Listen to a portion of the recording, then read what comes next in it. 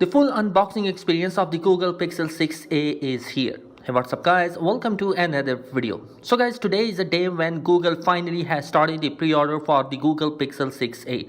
Already we have the unboxing leaks from different sources, but now today Google themselves has unboxed the device and confirmed some more specs. Now first we are going to be talking about the unboxing experience. The box of the phone will be looking similar to the last year Pixel 6 and 6 Pro. Inside the box we have the device itself in a charcoal color with same new design as the Pixel 6 and 6 Pro. Further in the box we have a quick switch adapter, a USB-C cable, and we also got a quick startup guide alongside with the same ejector pin. Unfortunately, just like Apple and Samsung, Google also removed the charger from the box, which is quite unfortunate. Now the device is wrapped in a white paper on the front where we have the fingerprint logo appeared, which confirms that this device is going to be coming with an in-display fingerprint scanner. Now we do hope that if this device is coming with an in-display fingerprint scanner, it will be improved than the Pixel 6 and 6 Pro. Further, it has a smaller 6.1-inch screen as compared to Pixel 6, and we also don't have a higher refresh rate. It only supports a 60 Hz of refresh rate.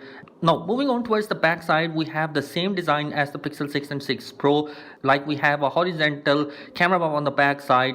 But the difference in here that we have a dual camera setup on the back side, but they are wrapped in a circular shape, which give it a slightly different look. Talking about the cameras, the front of the device is coming with an 8 megapixel of front camera, 12.5 megapixel of a main camera sensor, and a 12 megapixel of ultra wide camera.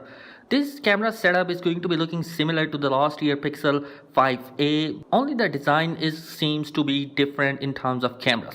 We do hope that the photos quality will be much improved thanks to its improved algorithm, but in terms of video, still Google needs some improvement. Internally, we also see that it's coming with the same Tensor chipset as the Pixel 6 and 6 Pro, so in terms of performance, it's going to be much better, or even competing with the likes of Pixel 6 and 6 Pro. Even if you play games, then I believe that it will be better. Battery wise, it will be coming with 4400 mAh battery capacity with a charging port of 18 watt. There will be no micro SD card slot, and the device will be launching in only one variant, which is 6GB and 128GB of internal storage, and that storage is based on UFS 3.1 option. Although the device is looking good in this price category, but there are some compromises, like we have a Gorilla Glass 3 protection on the front, an IP67 water and dust rating, and a 3D thermal coating on the back, which I think is going to be a plastic one.